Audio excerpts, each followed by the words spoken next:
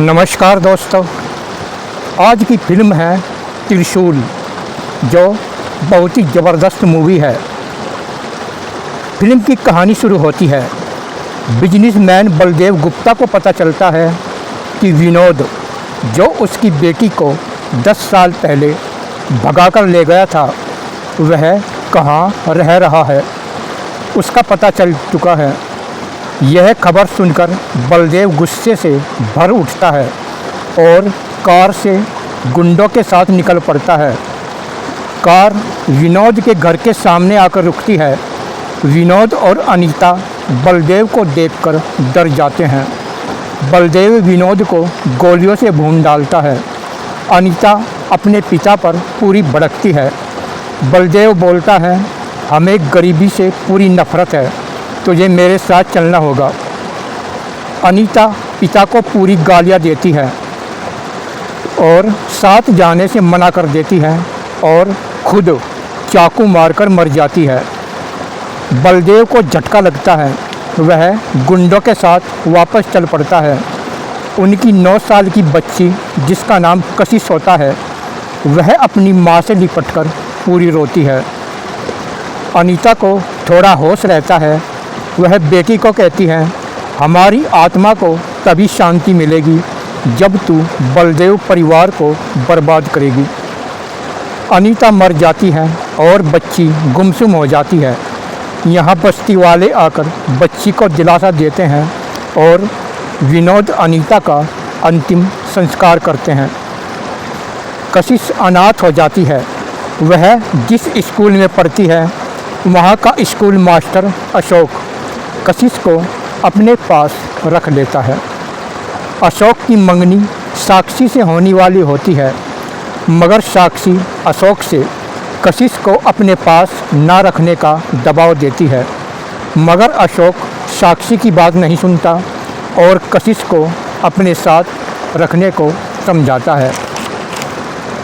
इस बात पर दोनों में कहासुनी हो जाती है। साक्षी कशिश को नाजायज़ औलाद बताती है कि यह तुम्हारी नाजायज़ औलाद है। अशोक उसे थप्पड़ मारता है। साक्षी अशोक से रिश्ता तोड़ देती है और साक्षी की शादी बड़े घराने में हो जाती है और अशोक का दिल टूट जाता है। अशोक बुरी तरह रोता है, मगर कशिश उसे रोने से रोकती है।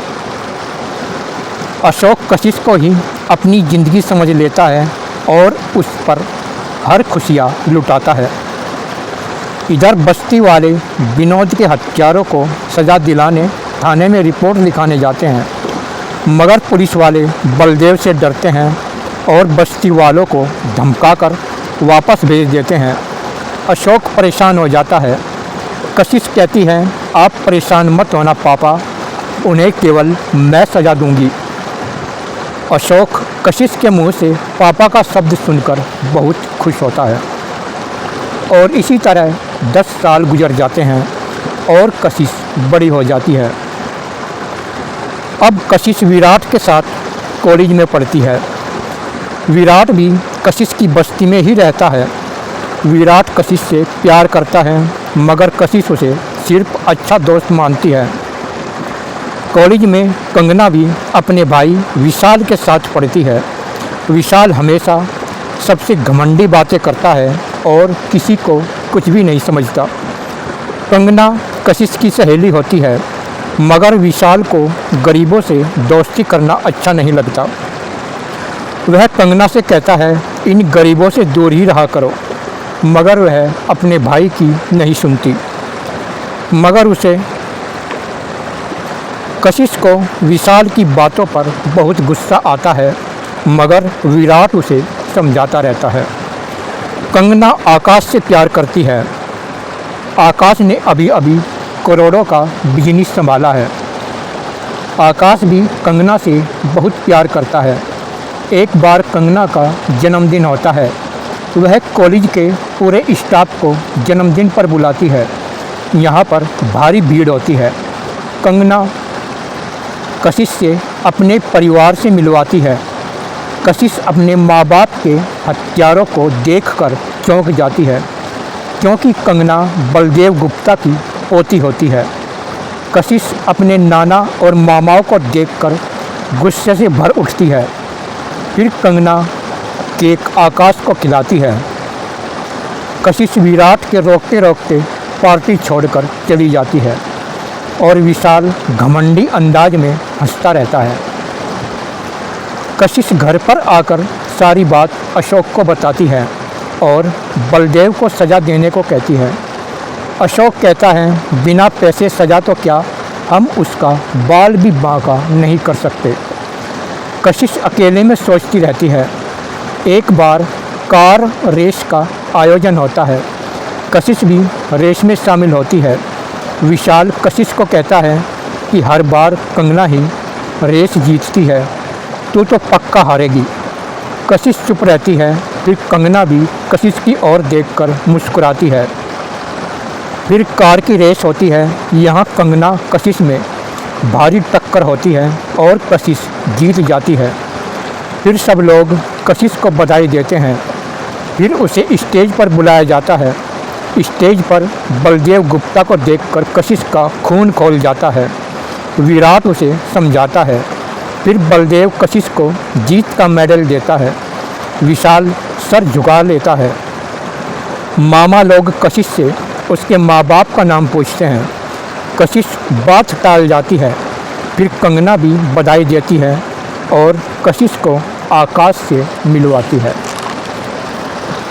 आकाश पूछता है, क्या कशिश भी किसी से प्यार करती है?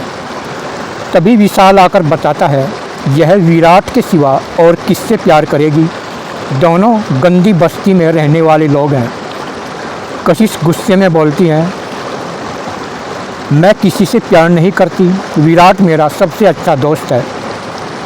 विशाल, तुम जिस दौलत की अकड़ मुझे दिखा रहे हो, कुछ ही दिनों में तुम्हारी सारी अकड़ मैं ख़त्म कर दूंगी। विराट कशिश को वहाँ से ले जाकर चलता है। विशाल और आकाश हंसते रहते हैं। एक बार अशोक कुछ काम से बाजार जाता है। उधर से विशाल की कार आती है। उसके साथ उसके कुछ साथी भी होते हैं। वह सभी नशे में होते हैं।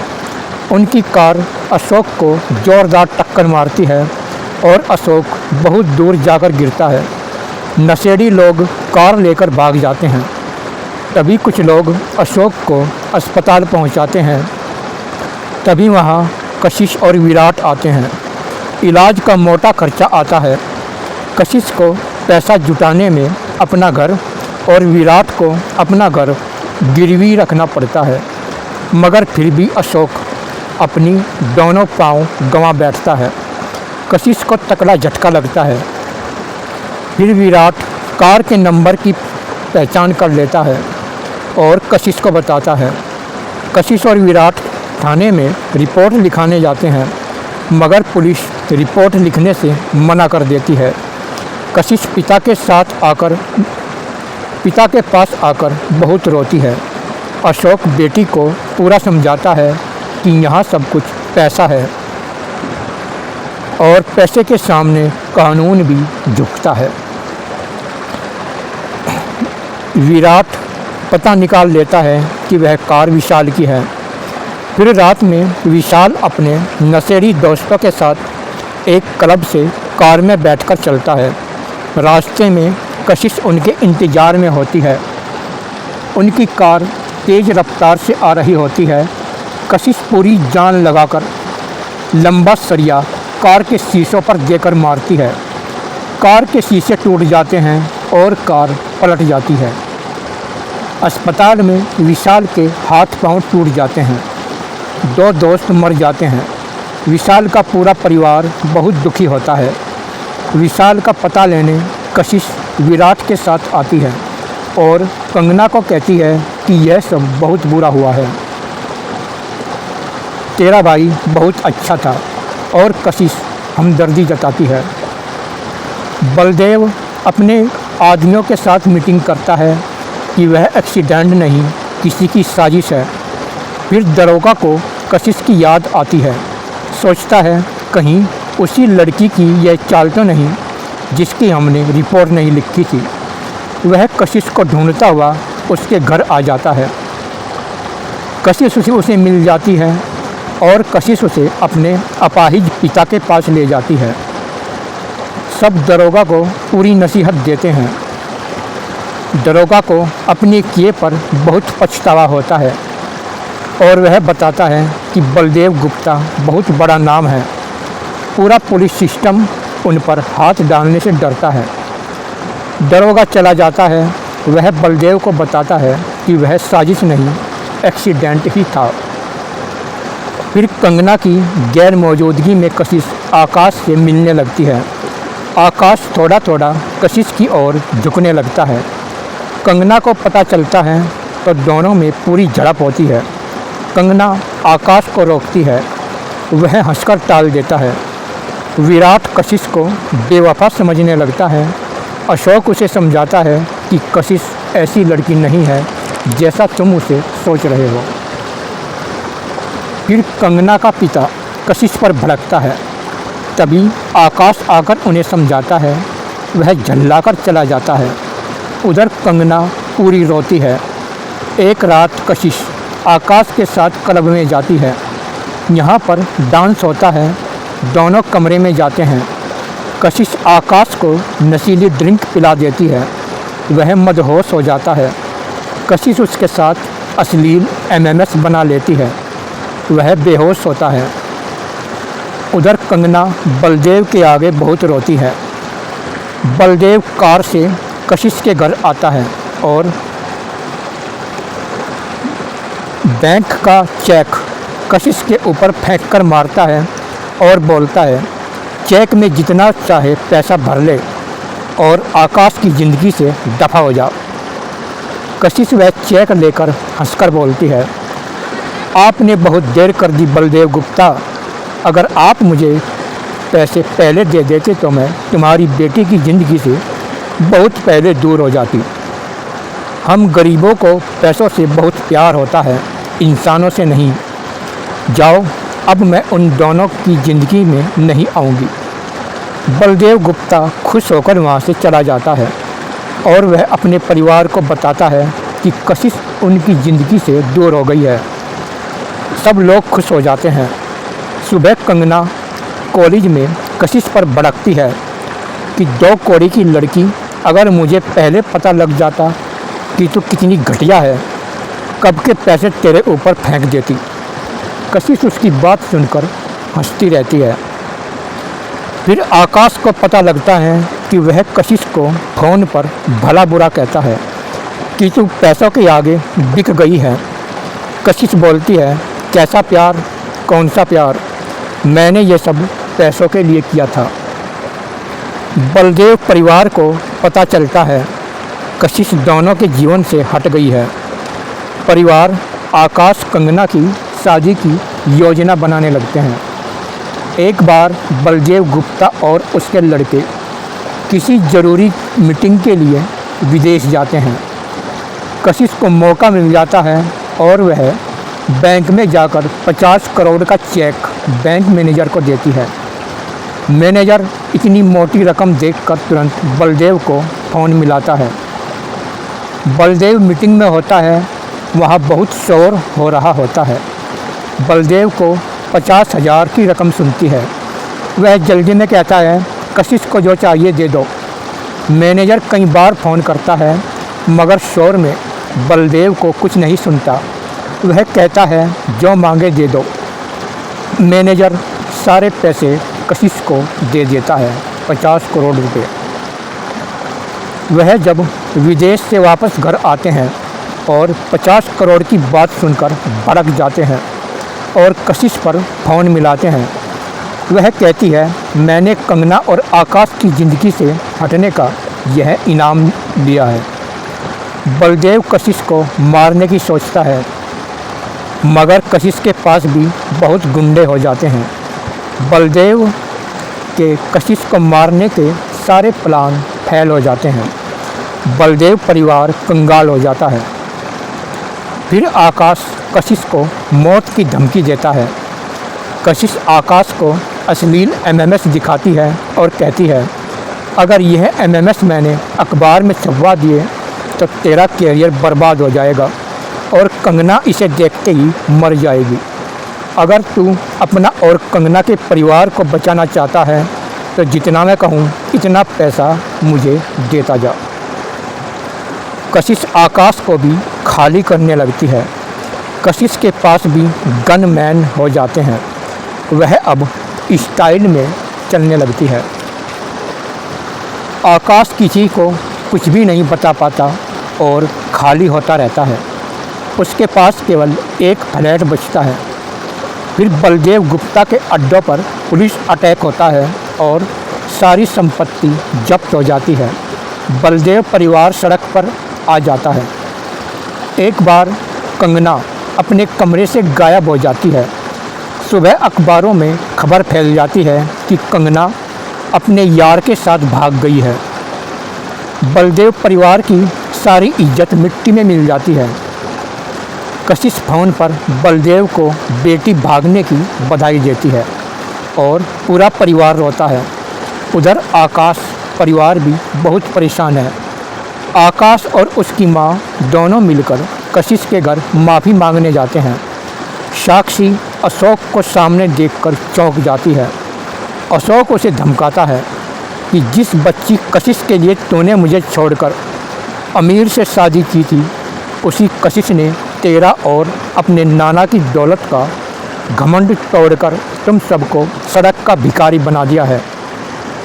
उसी काबिल बेटी पर मुझे पूरा नाज है। आज तुम महागरीब हो और यहाँ से निकल जाओ। साक्षी को पता लगता है कि बलदेव कशिश के नाना हैं, जो उनसे अपने माता पिता की मौत का बदला ले रही है। यहाँ कशिश भी आ जाती है।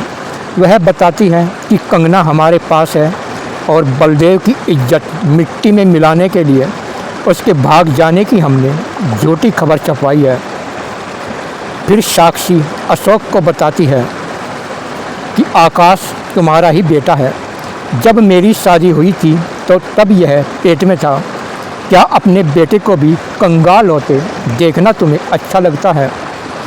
आकाश अशोक के पैर छूता है और कशिश यहाँ पर उसका दिल पसीज जाता है और कशिश आकाश को वह अश्लील एमएमएस वापस कर देती है और उनकी सारी संपत्ति उन्हें सौंप देती है और आकाश से माफ़ी मांगती है।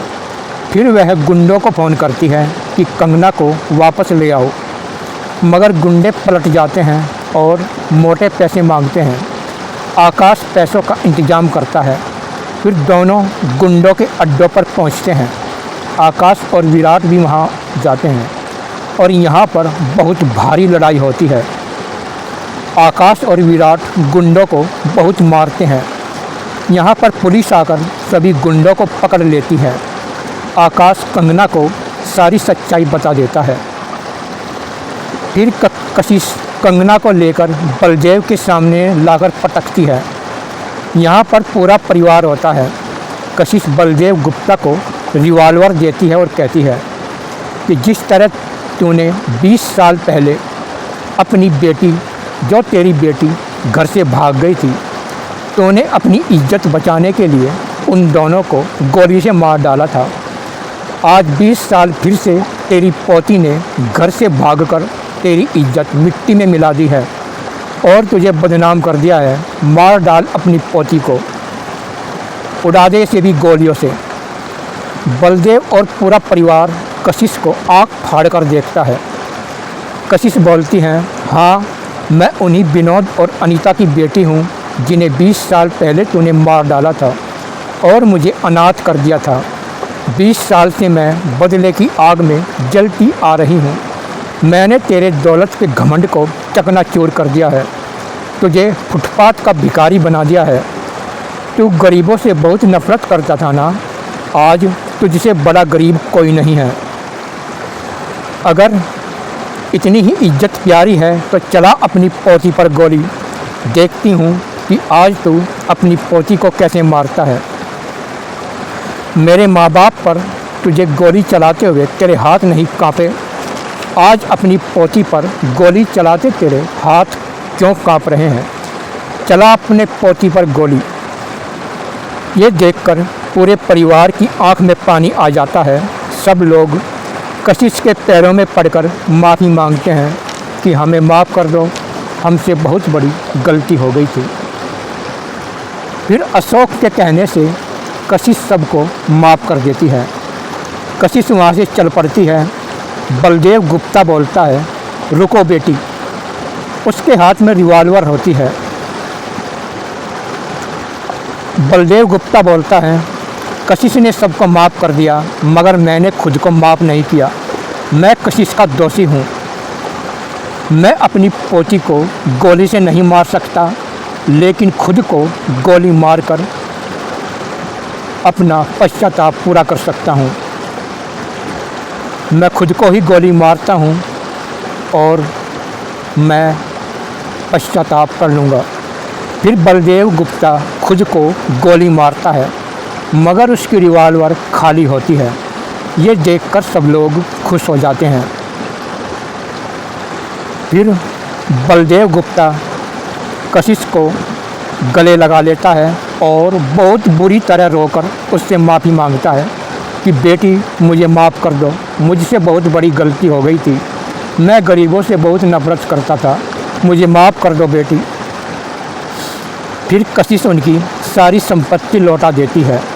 फिर बलदेव गुप्ता अपनी आधी संपत्ति कशिश के नाम कर देता है और फिर कशिश की शादी विराट के साथ और कंगना की शादी आकाश के साथ हो जाती है और यहाँ पर सब लोग बहुत ही खुश होते हैं। और इस तरह त्रिशूल फिल्म की कहानी समाप्त होती है। दोस्तों, आपको त्रिशूल फिल्म की कहानी कैसी लगी और आपको फिल्म का सबसे बेहतरीन सीन कौन सा लगा, कमेंट में बताना। और यह बेहतरीन कहानी हमने खुद लिखी है। आपको ये फिल्म की स्टोरी कैसी लगी कमेंट बॉक्स में ज़रूर बताना और हो सके तो अच्छा सा कमेंट ज़रूर करना। धन्यवाद।